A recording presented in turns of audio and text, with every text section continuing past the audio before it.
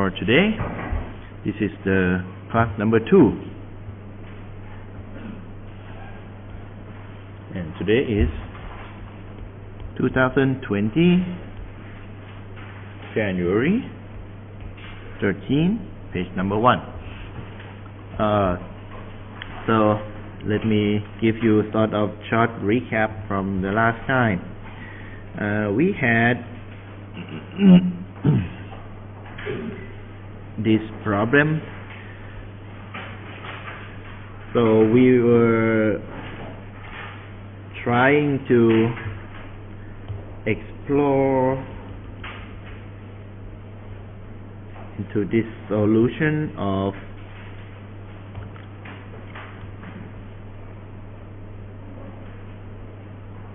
the 1D bar element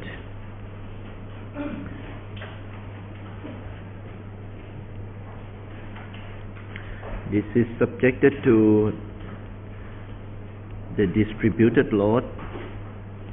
Well, we can of course work on the different sort of load later. This is where x is equals to 0. This is the x equals to L. The way we set up the coordinates, it is pointing towards the right. Our x coordinate, positive sense, is like this. Basically, the x is the physical coordinate.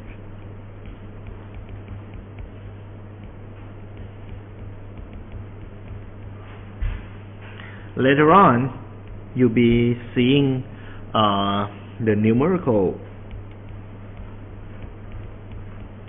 or computational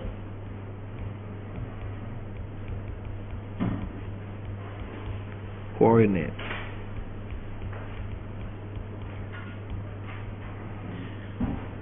But as of now, the formulation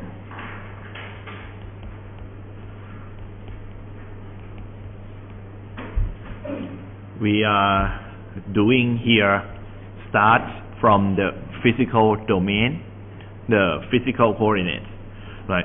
Later on, you'll find that the way the standard finite element procedures based on the numerical coordinates more than the physical one. The thing is that you're gonna use the techniques which is so-called the mapping. The mapping from the physical coordinate to the numerical coordinate, there will be some sort of a stretching parameters like the scale of the length or the Jacobian of transformation that enable that mapping from physical one to the numerical one.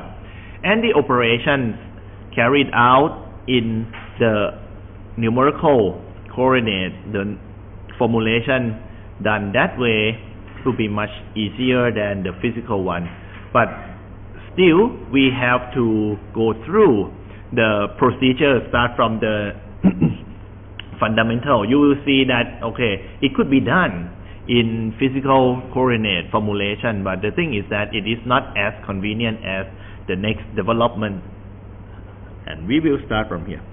So formulation we talk about here is the formulation in the physical coordinates. Alright, and we had this already, that the properties of this bar is E times A, like this.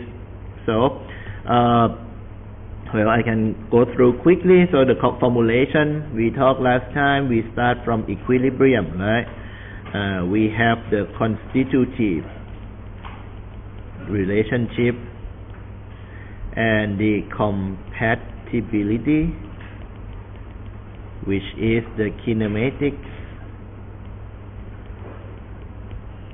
So from these three, I showed you the free body diagram. I show how you come up with the relationships between displacement and strain. I showed you how to link between stress and strain, Okay, so all these three, you ended up last time with this EA, second derivative of u with respect to x, which is equals to minus f, which is a function of x. So here is your function of distributed load, okay, given in this form. So this is the governing differential equation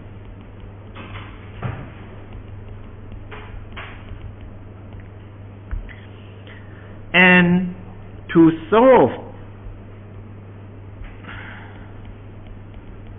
solving the differential equation,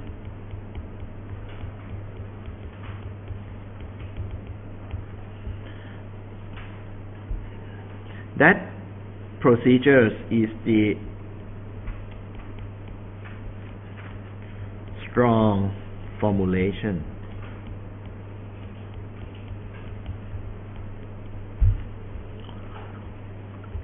So basically you solve this explicitly. You don't introduce any sort of error in here. So mathematics, pure mathematics, no help solving this differential equation. You do it this way. This is the strong formulation. Of course, if we have strong formulation, we will also have the weak formulation as well, which is the basis of the finite element method, because we know that we cannot solve the complicated differential equation every time.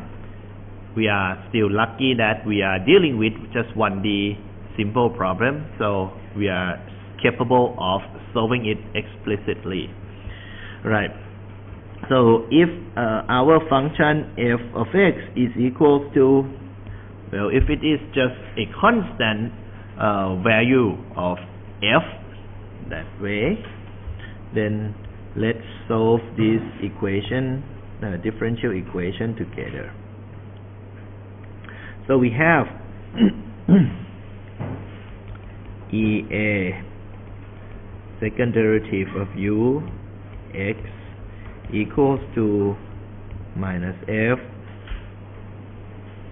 and this is simple. You can do it. F x plus some constant coefficient c,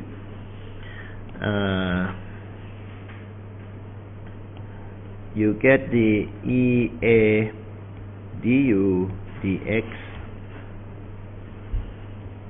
And the next step, you integrate another time, you end up with the function u being 1 over EA. You get minus fx squared over 2 plus cx plus d.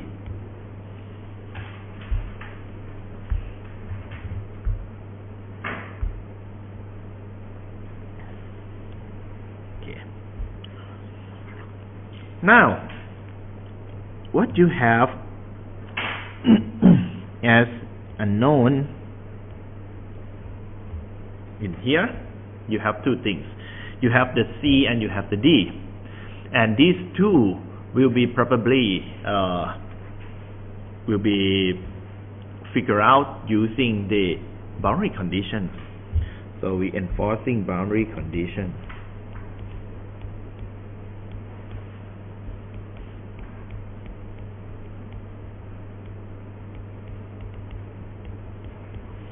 These are the same boundary conditions we learned before.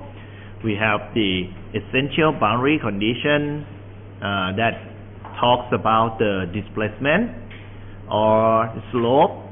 All right. Another kind of differential equation is Newman boundary condition or the force boundary condition. So we talk about force or moment, alright, condition. So we look at this problem. What we have, first of all, over here, we know that u at x equals to 0 is equal to 0. Right, so this is the first.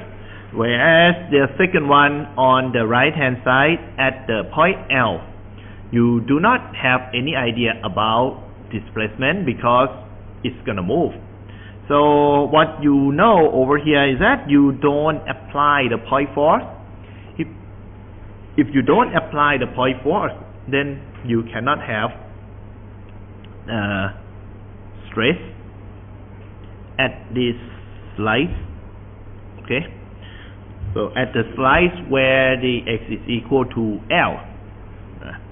So that means the du dx where the x is equal to L has to be 0.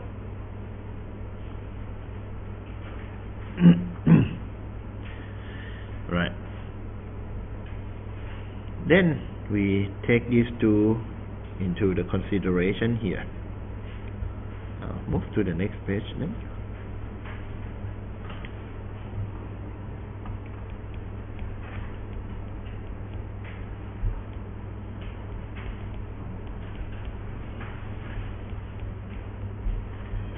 U 0 is equals to 0. So U0 is equals to 0 equal to 1 over EA, and then minus F times 0 square over 2 plus C times 0 plus D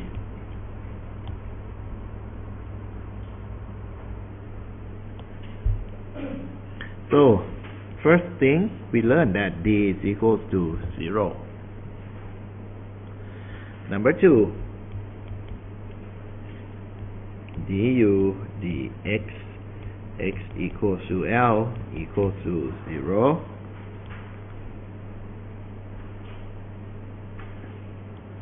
And that makes it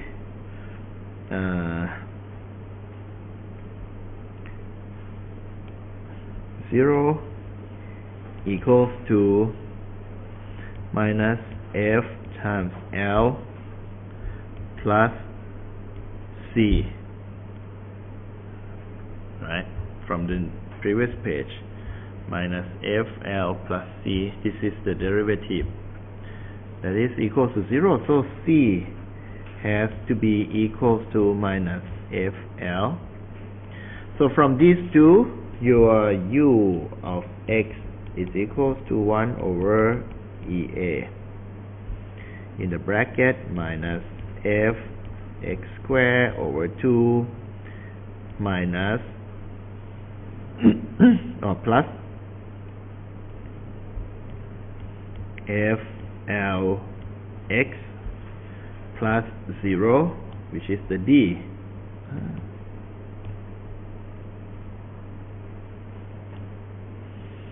And then I just do some sort of normalization a little bit.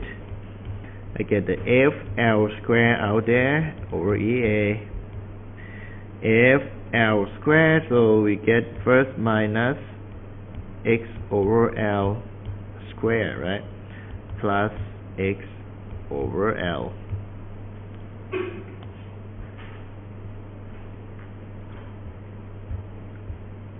Equals to U. So the x over L ratio is dimensionless.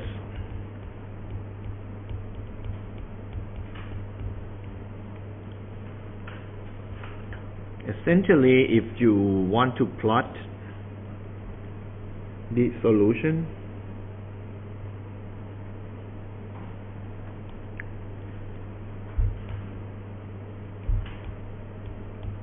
x over L ratio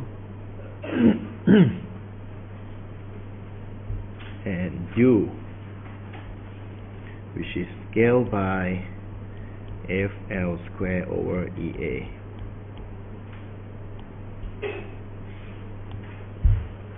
Right.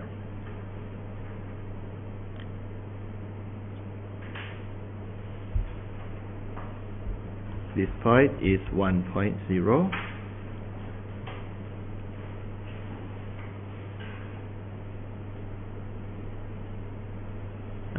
We missed 2 here, right?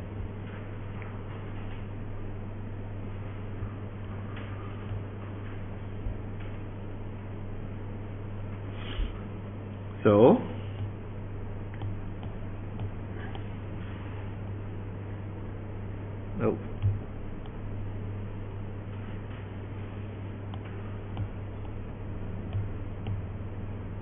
this is a half. Oh, what? Oh.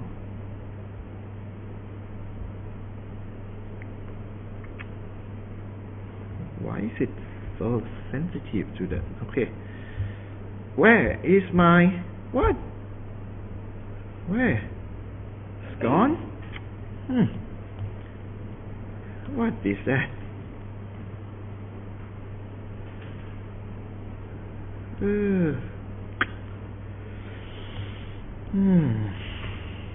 This was way too.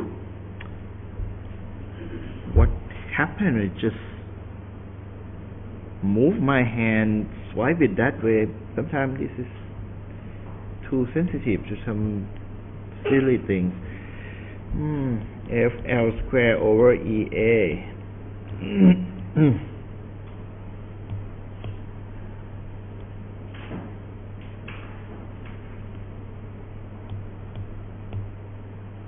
A half 1. This is X. So our solution turns out to be this. Okay, in this shape.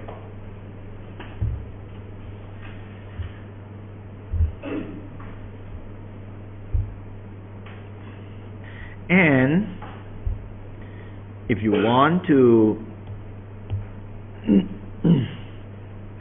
look into the stress distribution or strain in this problem,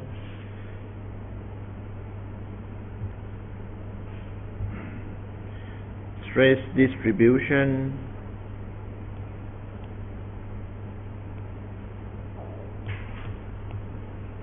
you have the du dx. If you multiply by the EA, you get the internal force, right?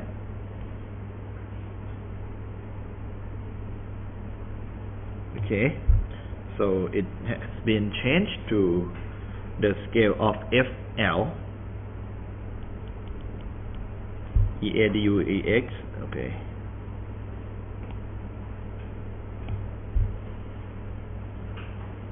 Internal force.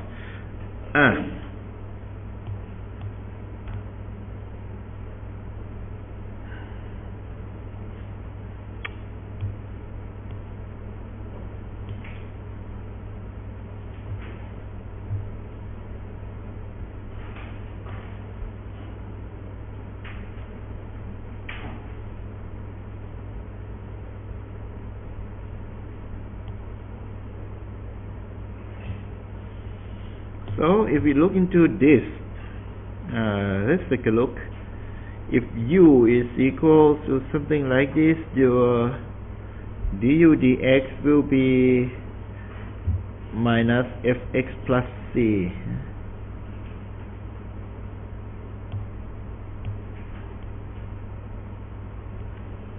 Minus fx plus c, which is FL. Or F times L minus X. This is your function of internal force, internal axial force. Okay, so let's start. When you start, X is equals to 0. Then you have 1 scaled by FL, and then the x increase, and the function you had inside is a linear function. Okay, it is just a linear term of x, so the line will look like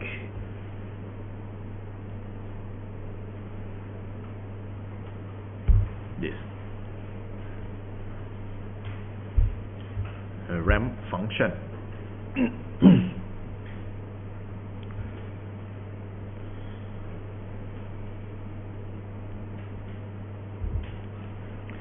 So this is what you need from FEM. We get displacement solution, and from displacement solution you can calculate the internal force, okay, function accordingly, and that's it.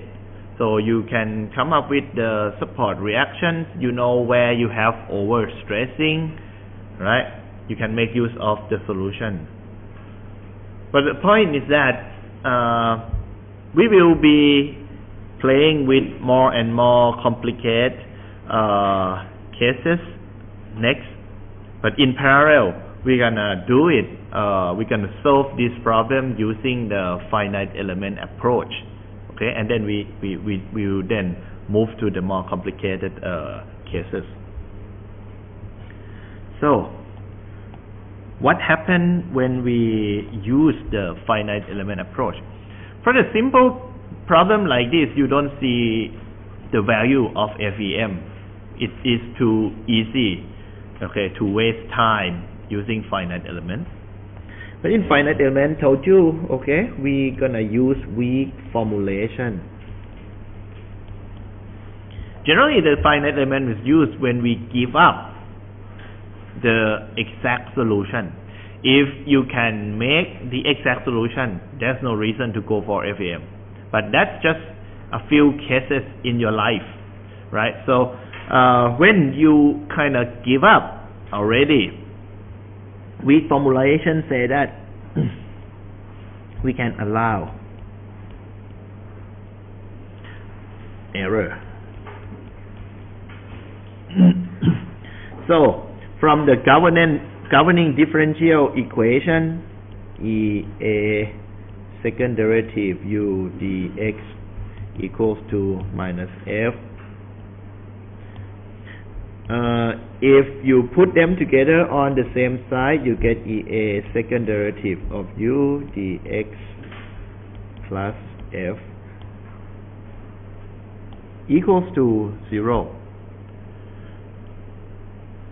But instead of equating the whole thing here to 0, I say that no, I won't do it this way. I will call it something. Yeah, let's call it a function of g. This is the error function.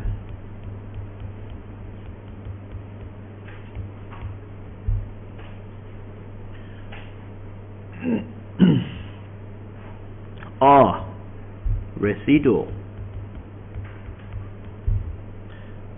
So we allow the solution to be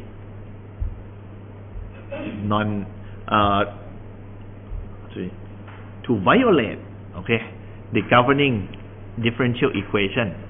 Okay, the point is that, okay, it is perfectly fine to allow that, but what is the systematic approach to control the error? So the new player come in, but you need to control. If you don't, then you're in a trouble, because you can go without the framework, any justification, okay, how to control that. So the error here I'm talking about is actually changing with the x value. So at some point you might have positive error, some point you have negative error, some point your error might be 0. But this error vary along your domain. So every point you have its individual error. So the way we control,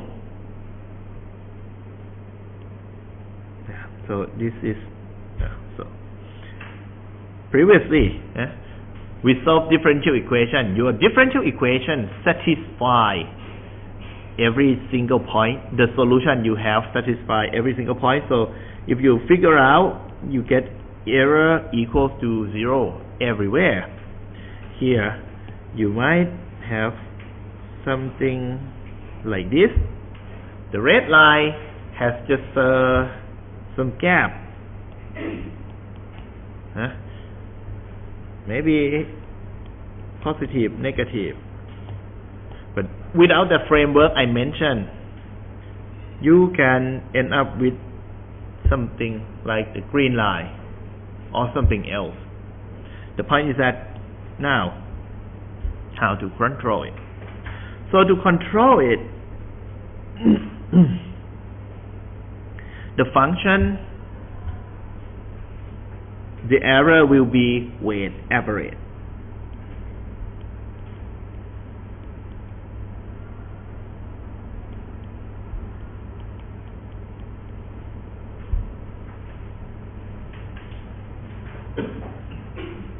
Or we call it weight average. Weight average. It should be like this. Weight residual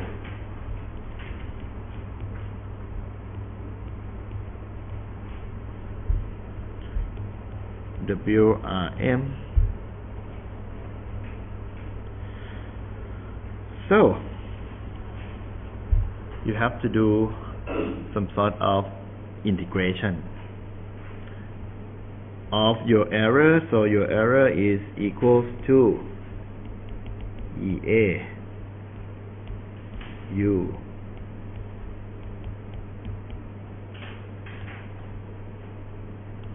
multiplied by the weight function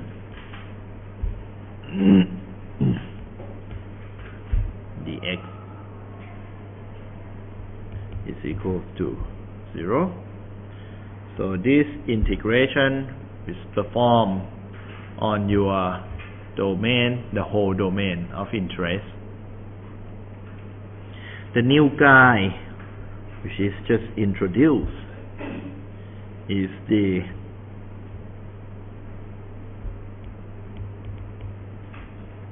weight function. Okay. So your weight function actually is your choice. You can sometimes it is called trial function.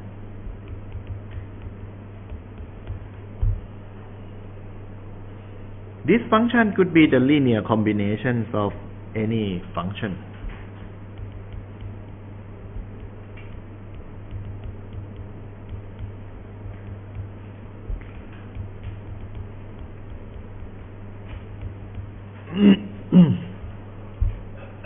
So you put everything that you think it should look like your solution and use it as a trial function, okay, in here. So this formulation here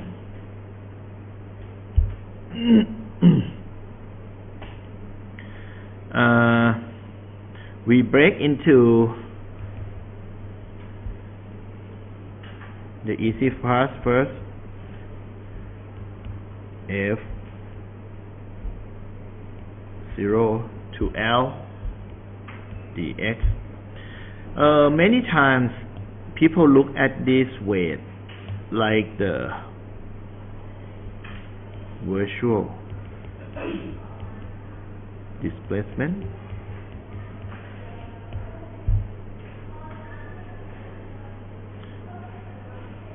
Basically, for the finite element analysis, the formulation comes from many different ideas, but eventually all ideas leads you to the same point, which is a finite element formulation. And sometimes if you think of it like a virtual work, okay, virtual work approach, then you have virtual displacement here. Virtual displacement multiplied by the F, you get the work, virtual work. Okay, so how about this term? You have EA second derivative of U and X and W dx.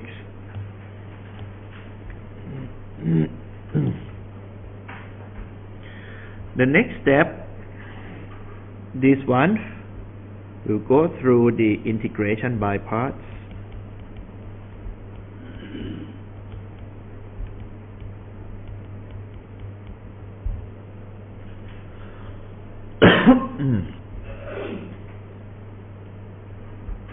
So you have minus EA du dx dw du dw dx. That's the first thing. And the second thing, we have the W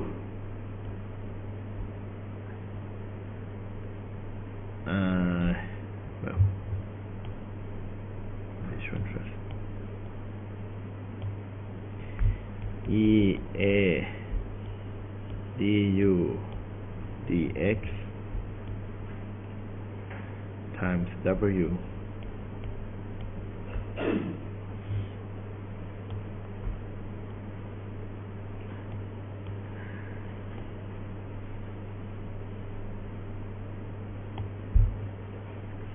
the whole thing is evaluated.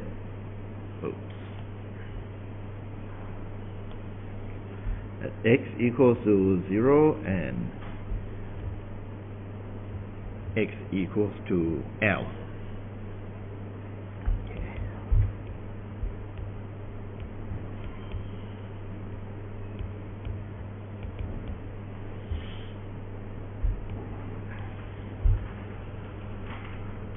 So basically, if you look into this,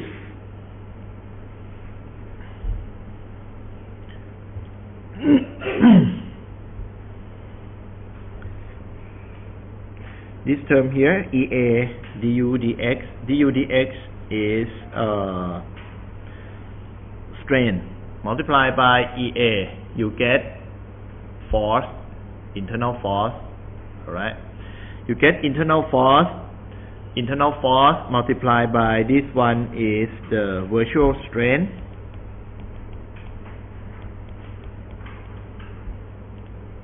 Right? So you have the force multiplied by virtual strain, which is multiplied by the dx. So dx is a small infinitesimal length multiplied by virtual strain. You get virtual displacement for that segment. Virtual displacement for that segment multiplied by internal force at that segment. You get the work done by one infinitesimal segment dx. Okay? And then you need to integrate through the whole to the entire length of the bar. Yeah. So you have one little slice like this, dx. If you know that dw dx is your virtual strain. So virtual strain to this one, then you get the dw. Okay. And then this times the force, right, is the work done in this little segment, and then integrate again. So dw turns out to be w. Okay. So basically this part later on will constitute the stiffness matrix in our sense. This part here we have the boundary condition.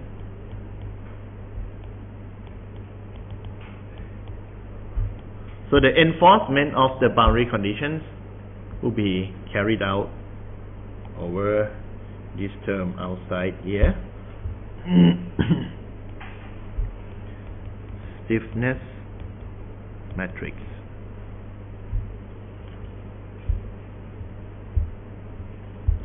The thing is that right now, what should be the W, right? The only thing you want to know right now, what should be the W? The requirement for the W, it has to be the function that satisfy the essential boundary condition.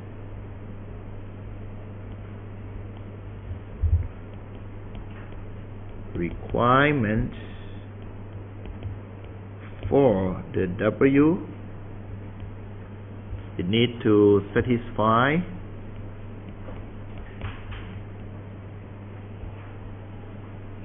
essential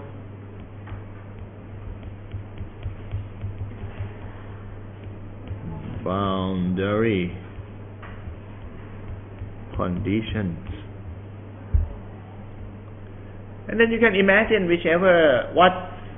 whatever kind of equation function that you need to try.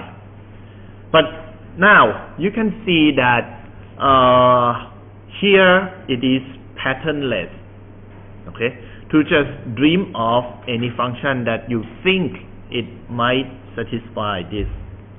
So for here, the essential boundary condition, you have one condition saying that you cannot have displacement where the x is equal to 0.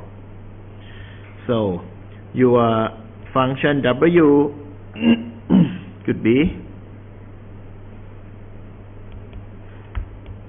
x, right? Something multiplied by x, x squared, x cubed, and so on and so forth. You can do the sine function if you want. Many other possibilities that you can come up with. Alright. So as it is, it could be the linear combination of many basis functions. Then you can try.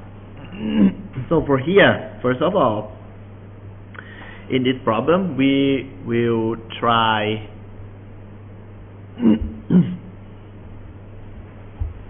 we will kind of look at the exact solution, which in reality you will not have this chance because you solve FEM, you shouldn't have the exact solution available to take a look at. But for this purpose, we can see that the function contains, first of all, the linear term and the quadratic term. Okay, for this problem here, we can start with just maybe one linear term. Okay, so just the x value.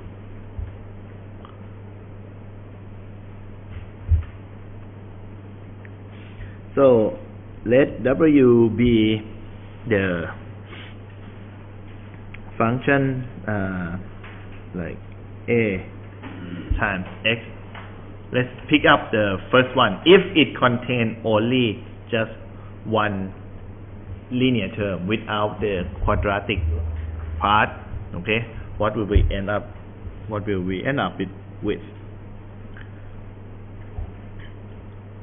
So first of all, we look at this part here, dA du dx times the W.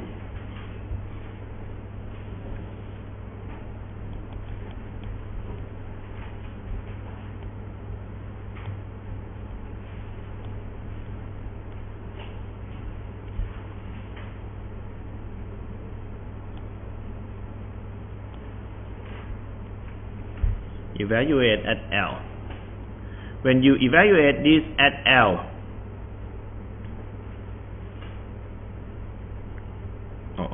the weight, and then minus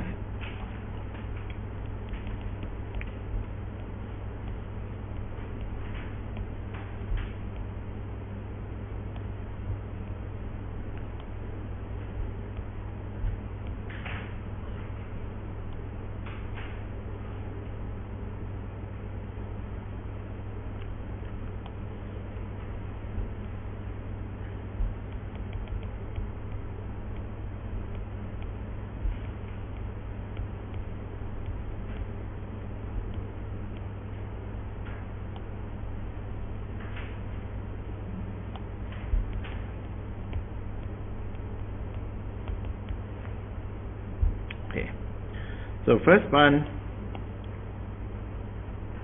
when W is equal to 0, so this is A times 0. So this whole thing is gone.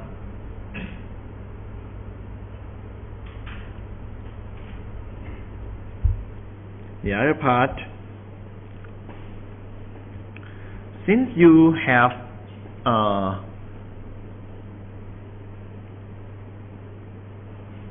the natural boundary condition at the point L, okay, the point L you do not have the apply point force. 0 apply point force at point L. That means the term EA du dx has to be 0. So this makes 0 regardless of the W value. That could be something.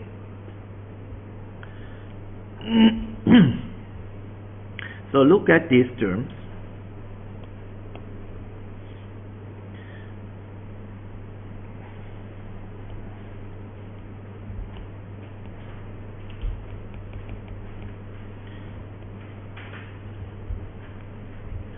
dW dx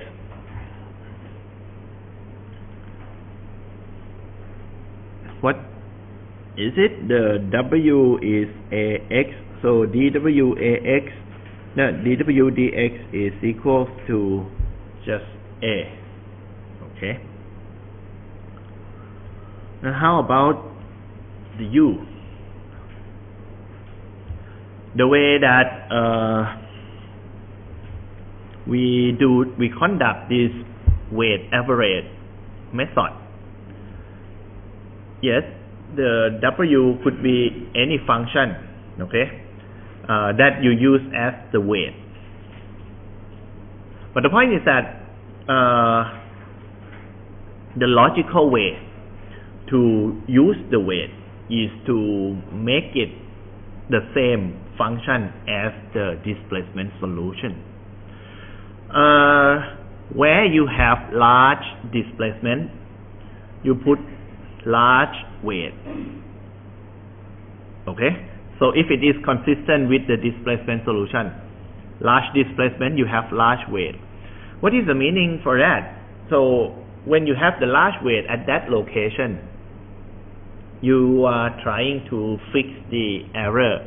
You give it the importance of the error at that point, and then the minimization of error is focused at the point, right?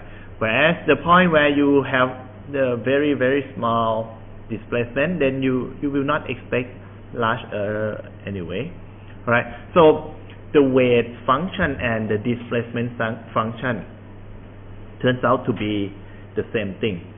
So the W and the U are the same sort of thing.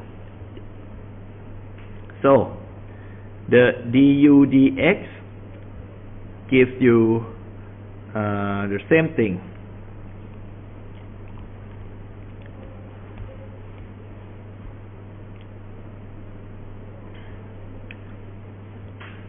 Yeah, let me correct this a little bit. I think the u should be the ax, alright, and the w we take just the basis function. Okay, so it is simply just the x.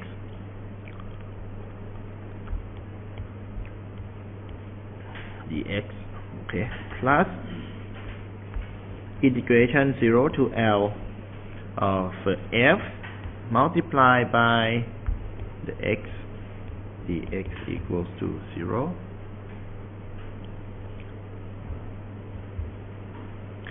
This term you get f L square over 2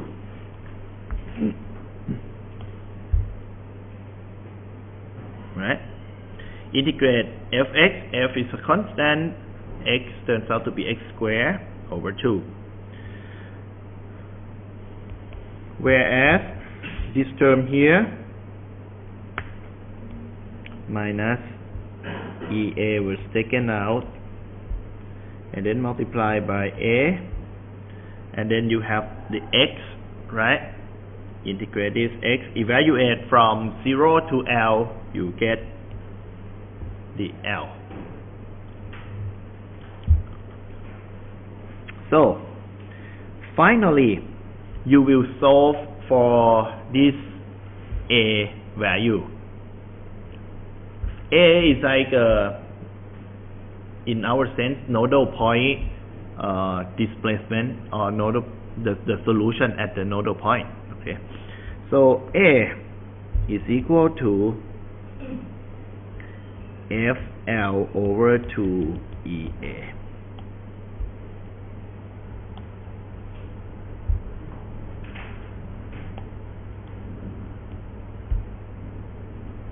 And then you take the u of x being the a times x, or it is the FL 2EA x, like this.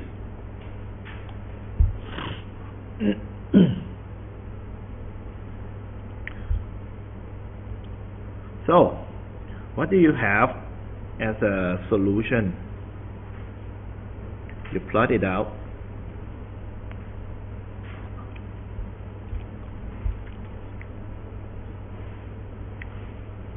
X over L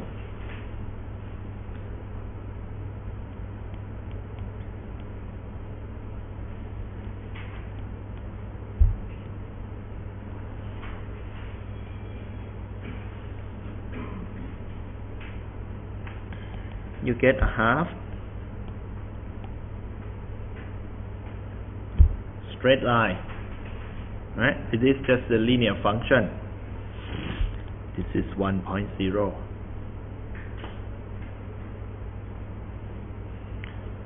So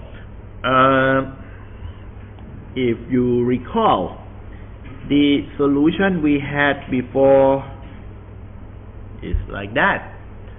It contains the quadratic term in there, but over here, since we first guessed that the basis function contains only the linear term, you end up with this one.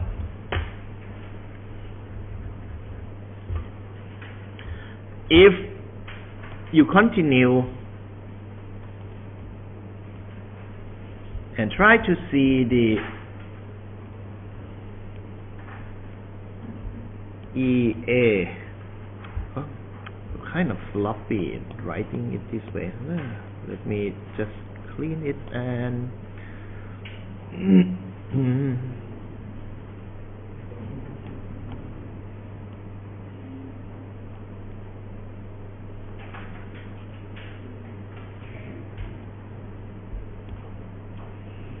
so this is EA du dx. That represents our internal force, which is multiplied by FL, and this is x over L, and this point here is where it is 1.0. Okay, let me clean this up and just rewrite it in a better looking way.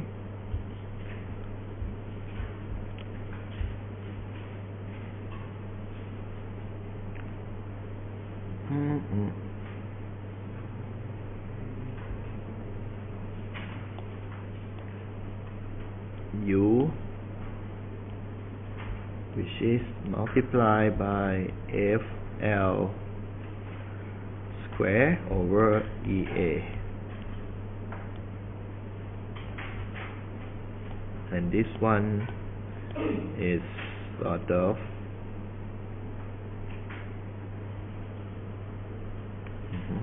half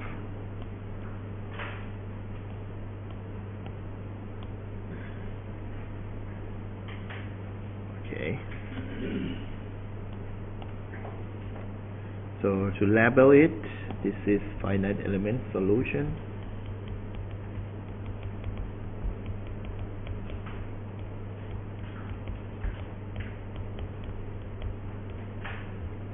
Whereas the other one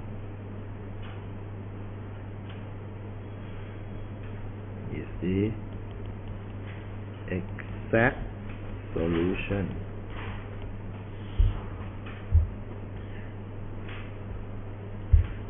And when you talk about the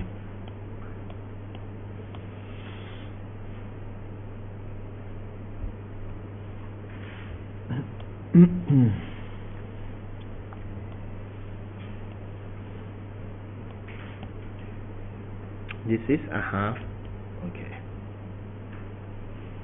this is 1.0.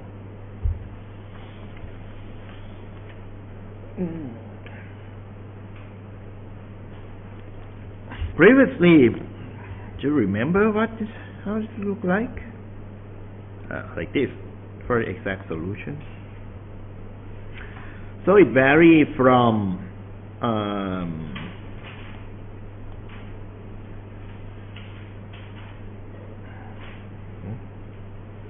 this is the exact solution. Now let's take a look at the finite element solution. We have the du dx times the EA is going to be equal to, if you take EA out, you have FL over 2, right? Only differentiate, x gone, and L cancel out, you have FL over 2. So finite element solution looks like this.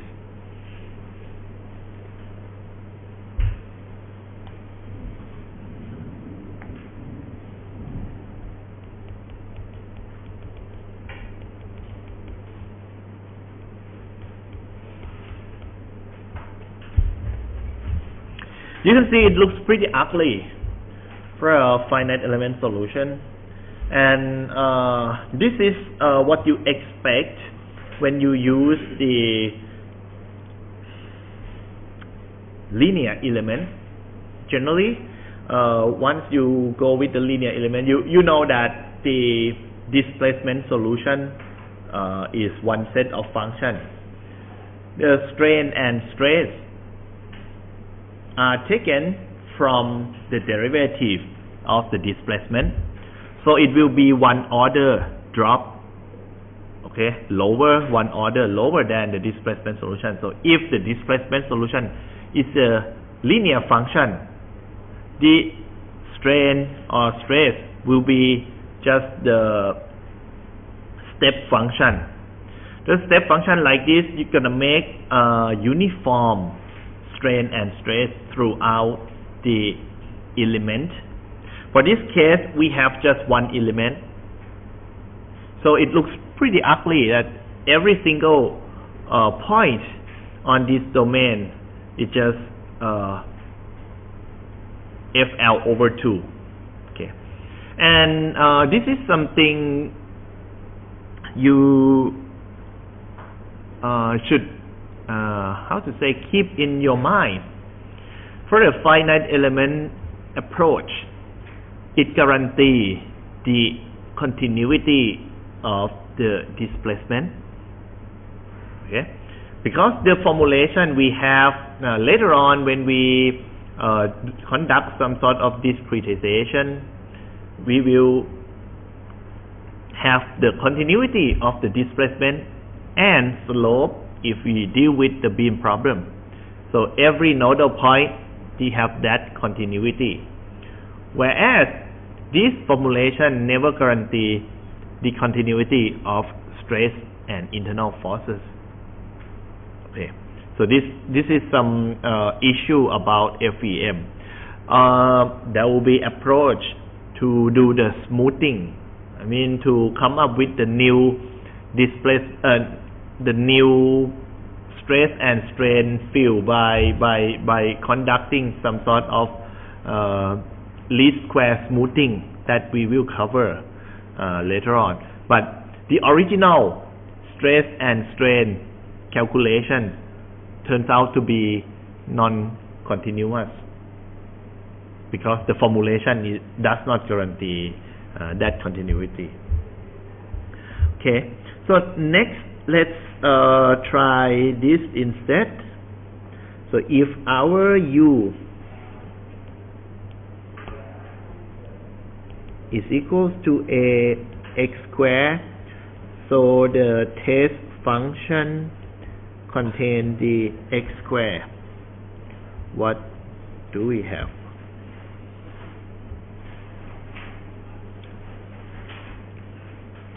So when we enforce the boundary condition out there, we end up with the same thing.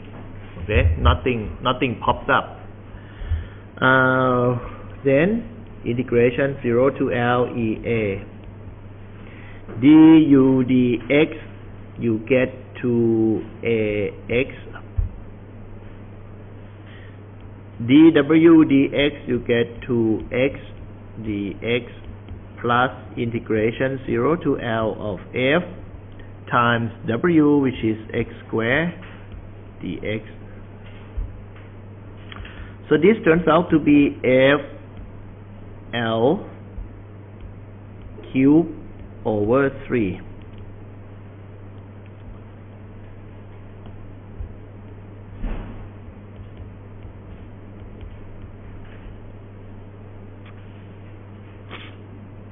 Minus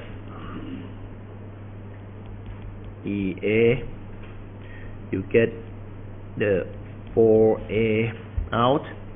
Inside you have x squared, right? You have x squared inside. So integrate it up, you get the L cube over 3.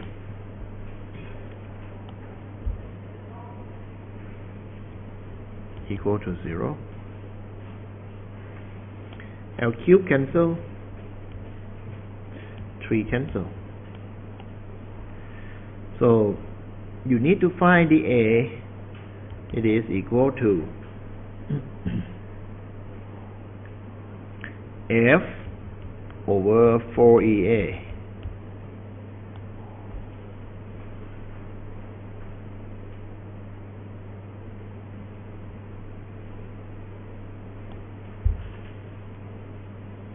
So you just dump it in to your solution. One thing, I think, okay, I put the U bar, so you can differentiate. Just a normal U, you think of the exact solution of displacement U, but here your U here is now the approximate, right? The approximate solution of U. So I put it like a U bar, and we have the A x squared, so it is FL squared over 4EA times the x over L squared. Just love to write everything in the dimensionless term.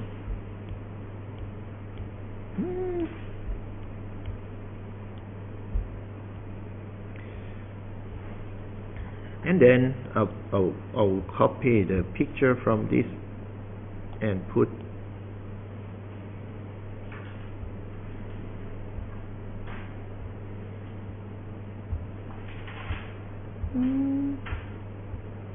okay.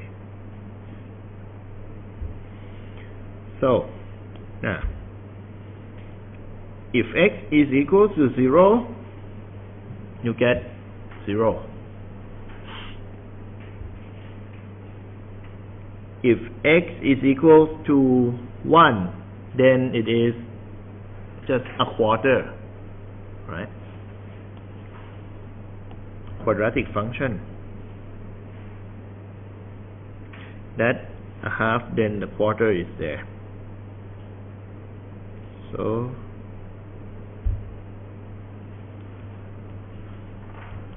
finite element solution using x squared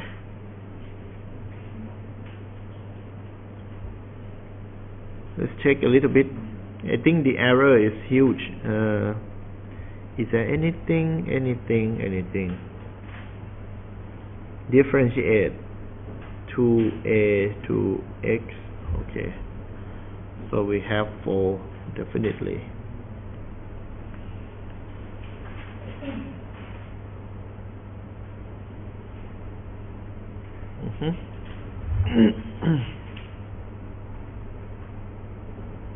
It's just a little too far from the exact solution. For linear term, okay, make sense. For this one,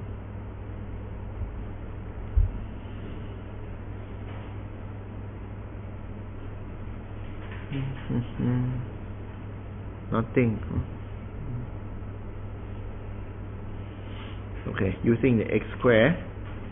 So if you explore further, you go with the du dx ea. That is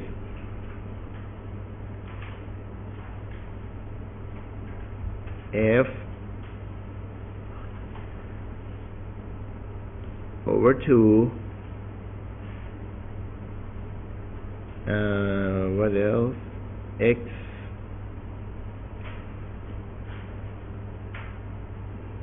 right, f over 2 x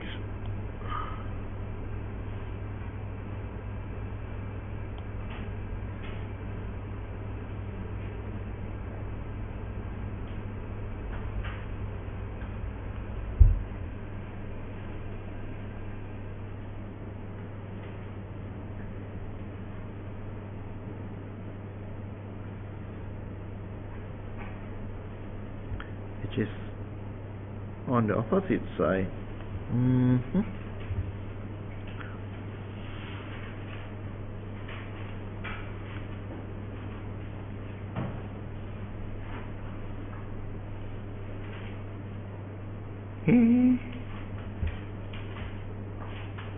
Is it okay? Let me see. Something. W is x squared. Okay. Du dx 2ax dw 2x 4 x squared x cubed over 3 x squared there, so x cubed over 3.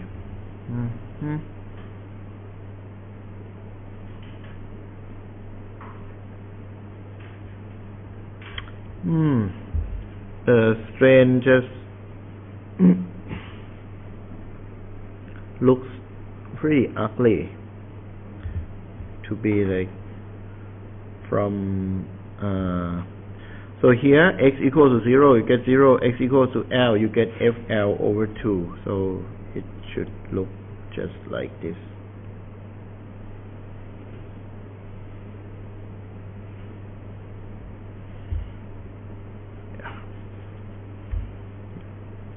It doesn't make any sense for this strain.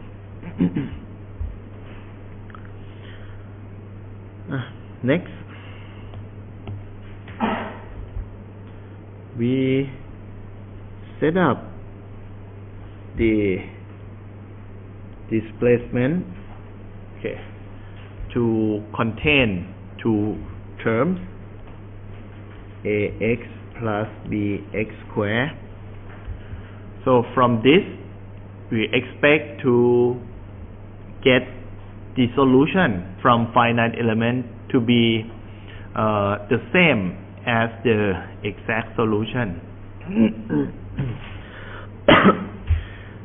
The point is that now you can see we have two unknowns, a and b. So having two unknowns means we're gonna have two equations to solve. So how do we get two equations? We will first start with the test function being just the x, okay, and then we process everything, and next we have the test function being x squared, and then again we go through everything the same way. So you're gonna end up with two equations, and then you solve two equations simultaneously, and then you you get the a and b values. So let's look at the du dx. It is a plus 2bx, right?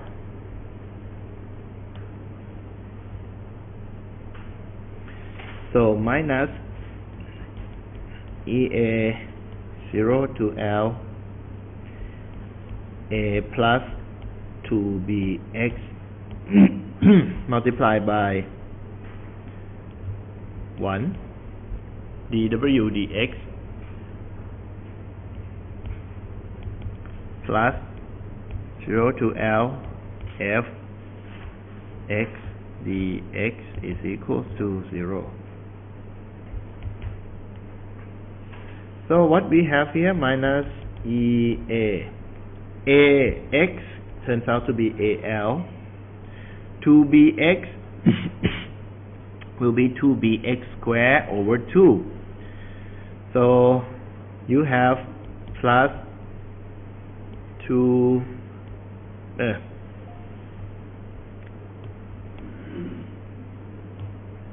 you have 2bx squared over 2, so you have bl squared, okay, plus fx turns out to be fl squared over 2 equal to 0.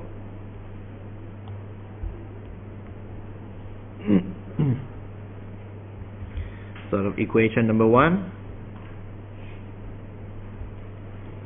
Next,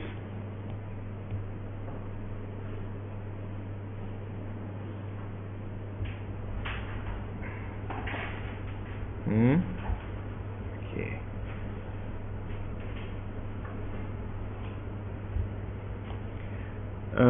Here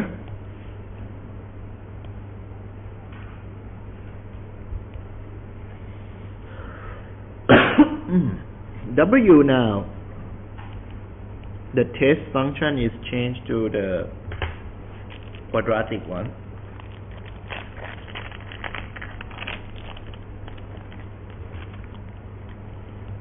So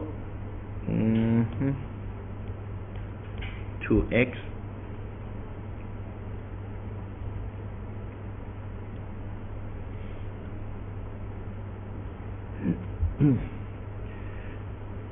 minus ea a to x, you integrate, then you get ax squared over 2 or al squared, plus 2 to 2 4 over 3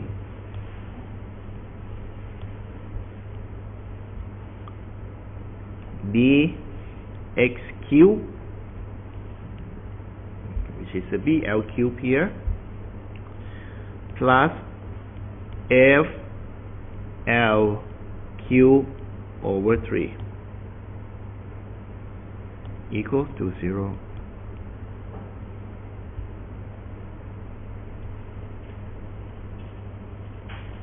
So we can solve this simultaneous equation.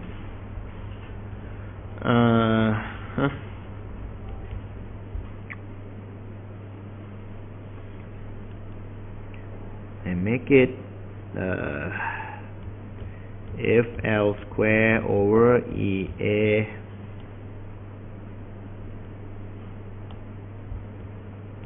on that right hand side. I take this equation first. FL square over EA multiplied by a half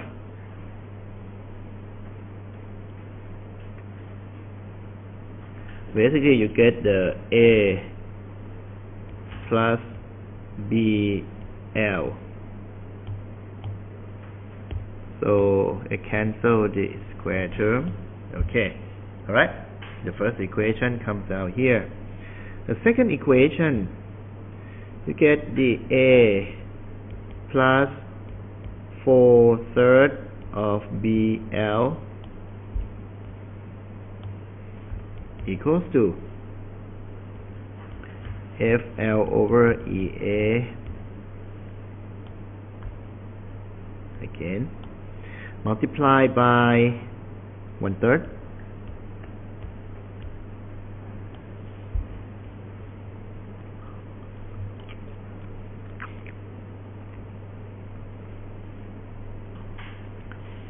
So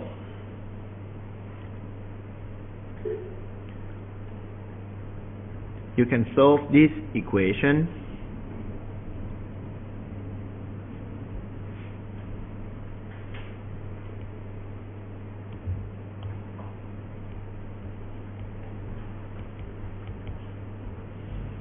so let's see if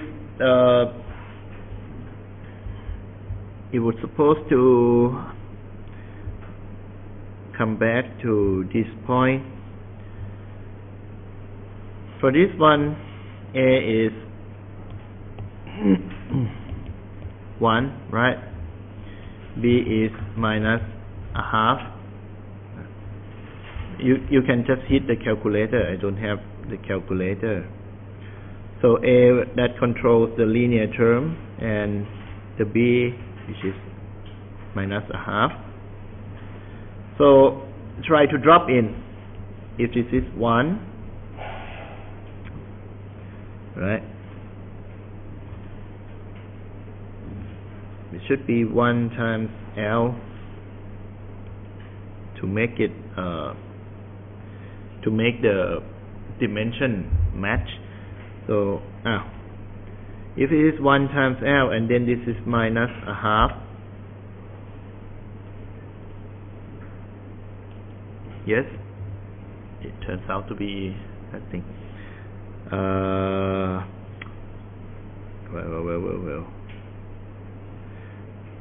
So it is what? FL over EA. Okay, for A, and then minus F to EA.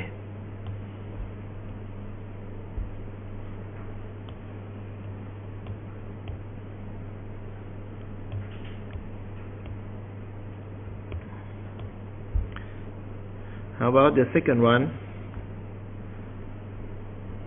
FL over EA, and then so this is FL over EA, and then this turns out to be 2/3 minus FL over EA. Alright, finally you come back to you can satisfy these two. So basically, yeah, the A and B match with the exact solution. I just don't have calculator with me here. Actually, I can just go to Excel and try to solve this equation for the A and B. So we have got 1 4/3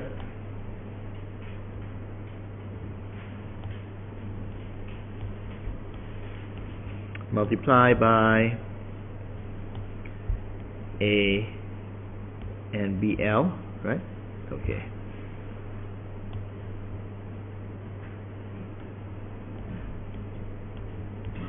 Equals to this side, which is a half and 1/3.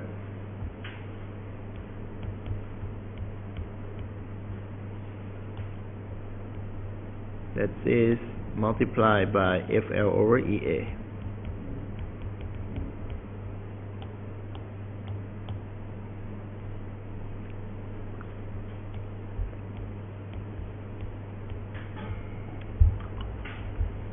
Okay, so this gives rise to okay.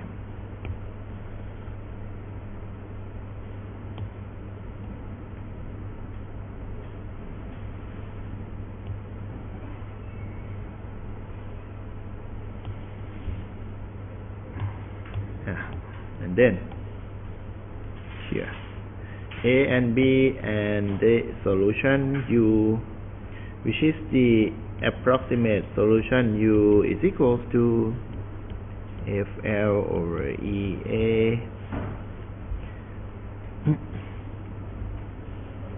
X over L minus a half of X over L square.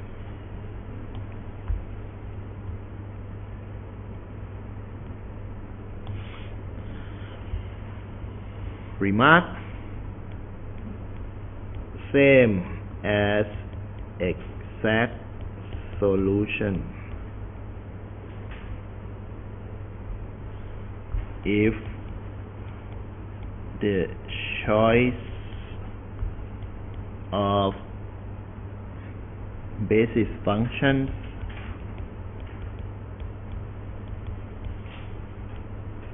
match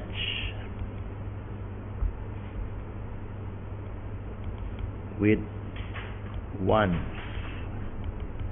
in exact solution. So that's a fluke. In reality, that's a fluke.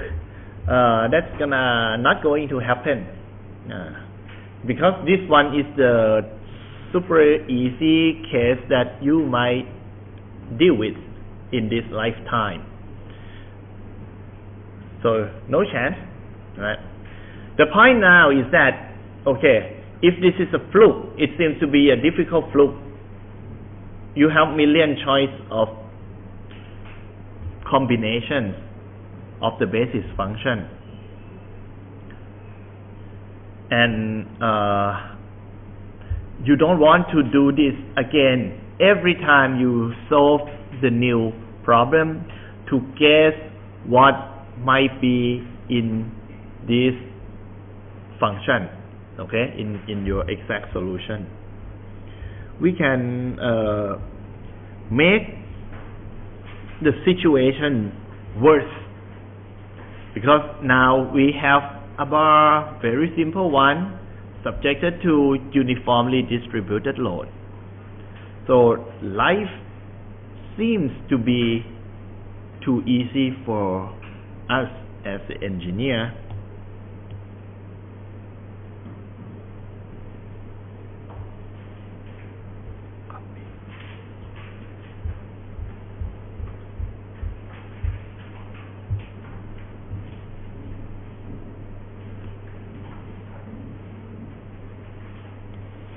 So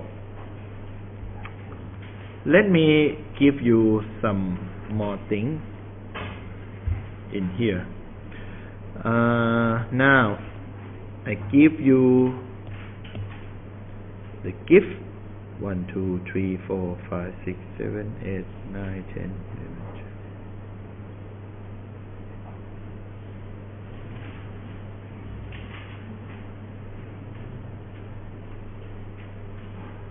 Oh.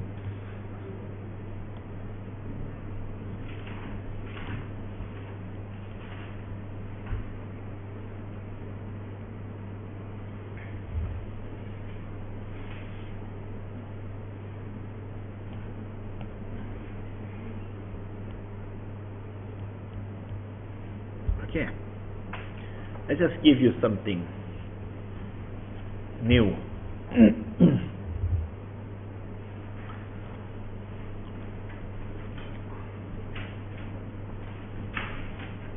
So you have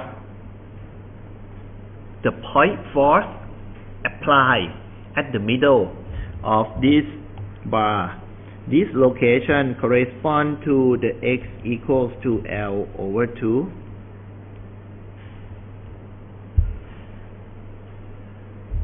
To make the solution weird, to make it more difficult for you to guess what would be your exact solution. So, what is the governing differential equation for this case? For this case, you have the EA, second derivative of u, x squared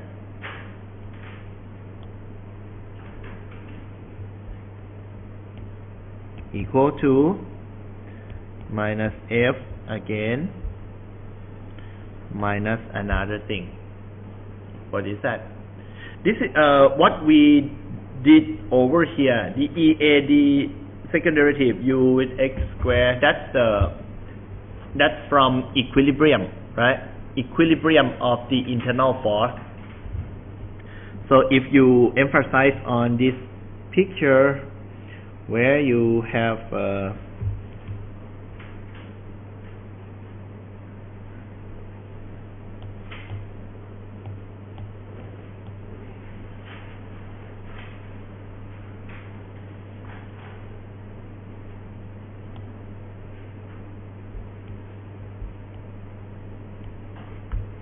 this is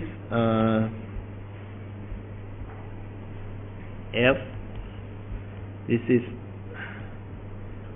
f plus the f dx times the dx. This is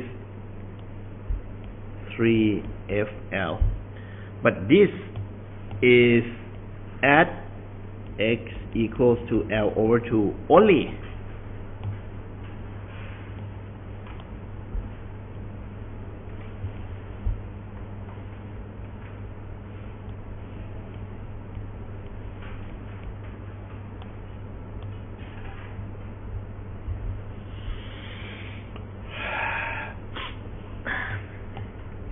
So, when you set up the equilibrium, you have the additional function aside from the little f.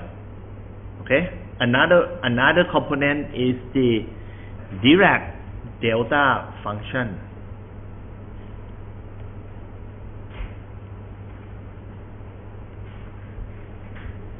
Dirac delta function multiplied by x minus Dirac delta function of x minus L over 2, and then this is multiplied by 3fl. So the meaning of this whole term is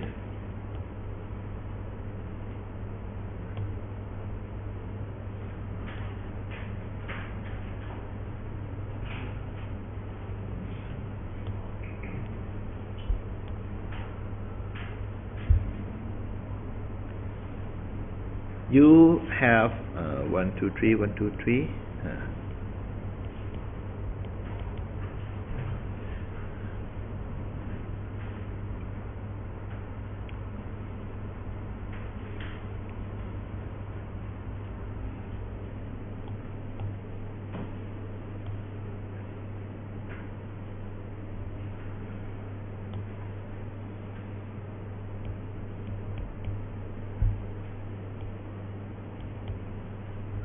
At 0.5, the function value of this circle, the thing in the circle, jumps up to 3fl and 0 elsewhere. Okay, so this pops up in your equilibrium of the internal force. Well, if you have more than one point force, then you're gonna have more delta function like this. So then try to solve.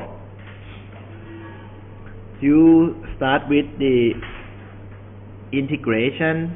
You have the EA first integration, du dx equals to minus fx, and then from delta function you integrate, you get step function.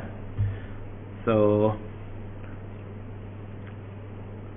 minus step function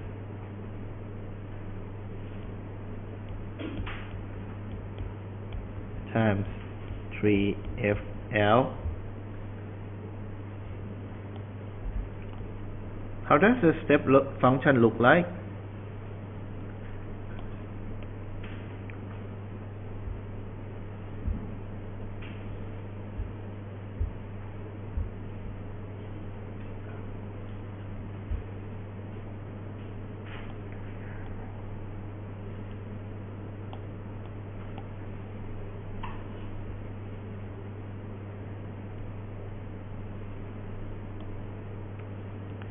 Yeah, 3fl.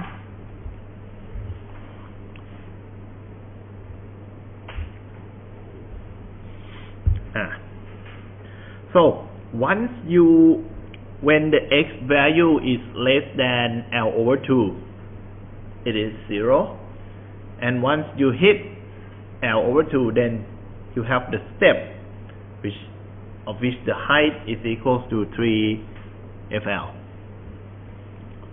And then not only this, in this function plus the c, right? The first integration, you get the unknown constant c. And then another integration u is equal to minus fx squared over 2 plus this x minus L over 2, this is the ramp function 3fl plus cx plus d.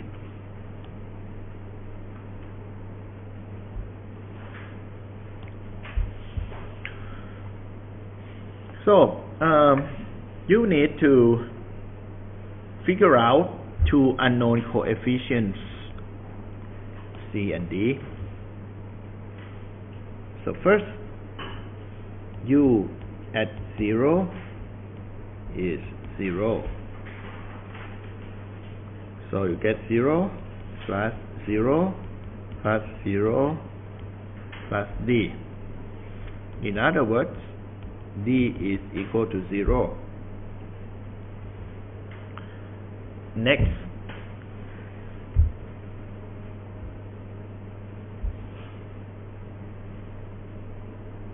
maybe we should put something here, more thing.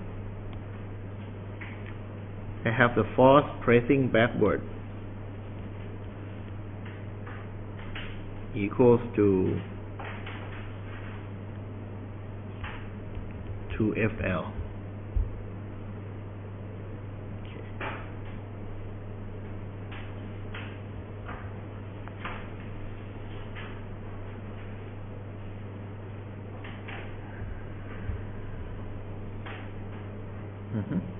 Yeah.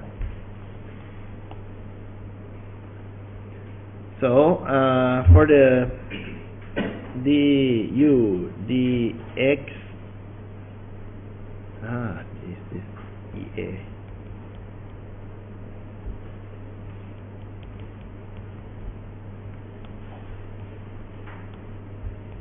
X equal to L is actually equals to minus 2fl.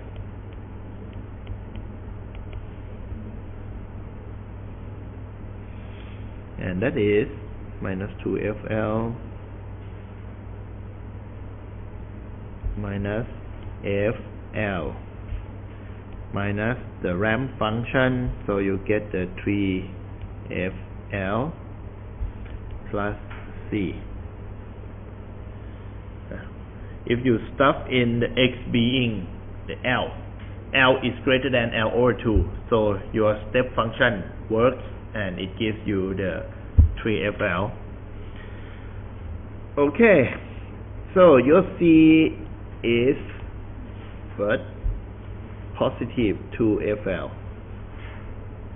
So finally, your function U, which is the exact solution, is equal to 1 over EA out there. Then you have the minus fx squared over 2 plus x minus L over 2 3FL plus 2FLX. The D term is 0.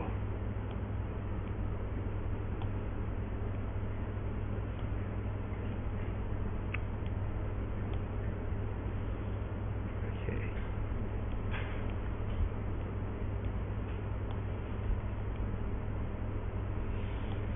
All right.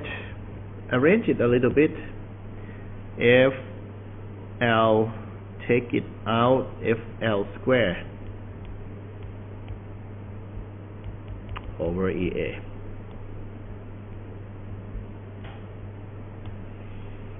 So minus a half of x over L squared plus x minus L over 2 over L multiplied by 3 plus 2x over L.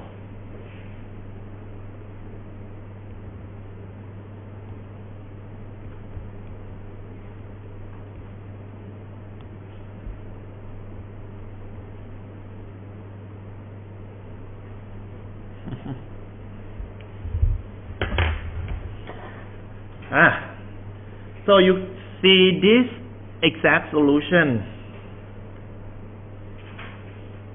Can you guess these are the constituents of the exact solution? You cannot. I just put one point load there, then okay, you have the ramp function. You name it, many things could come in.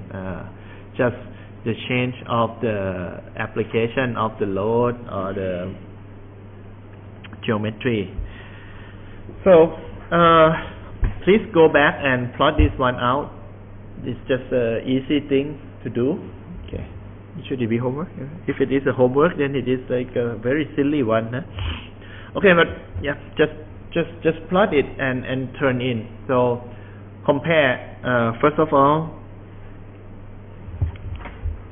I'll let you do this then.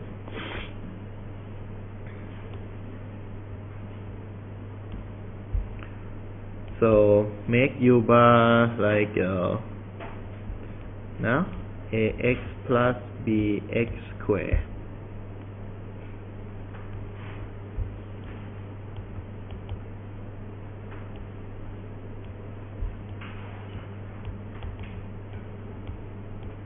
Okay.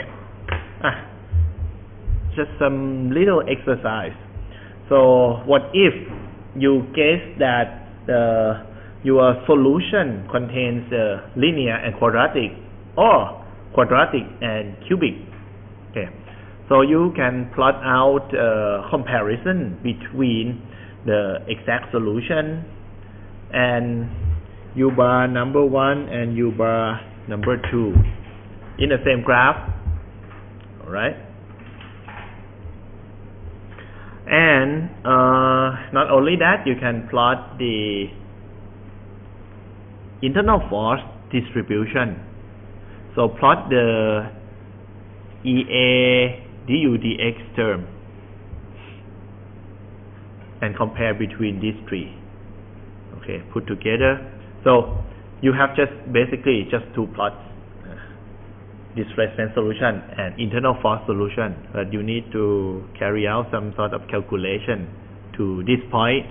Alright, So that's it, and then you can turn this in on Thursday. Because this FEM course, we don't expect the final midterm examination, so it will be based on the homework. So if this course is based on homework, then homework is like the exam, right? So you shouldn't do the group work. Okay, it should be individual work. So do it individually, right? And because at one point, if I find that it is not individual work, if it is a group, then I discard the homework score and then make the midterm and final for the FEM. So, well, coding in the final exam, it should be the nightmare, right? Give you a whole day, so to make it more exciting than earthquake engineering, 8 hours, 6 hours, and I give a whole day and then code for bar problem, code for plane stress, plane strain problem. You don't want that. So make it for your own work. Okay, don't. This is not a group assignment. So please understand this, and then we will not need the examination for this course. Alright, you have just one way. Okay, you cannot get like two things. So no exam, do it for your own. Not do it for your own, then exam. And this is difficult because you do great, you do it for your own, but if any of your friends do the group work, then it turns out to be the whole class has to take the exam, because I cannot make like some of you without exam and some of you with the exam. So okay, it needs your collaboration, the whole class collaboration to make this ideal scheme work.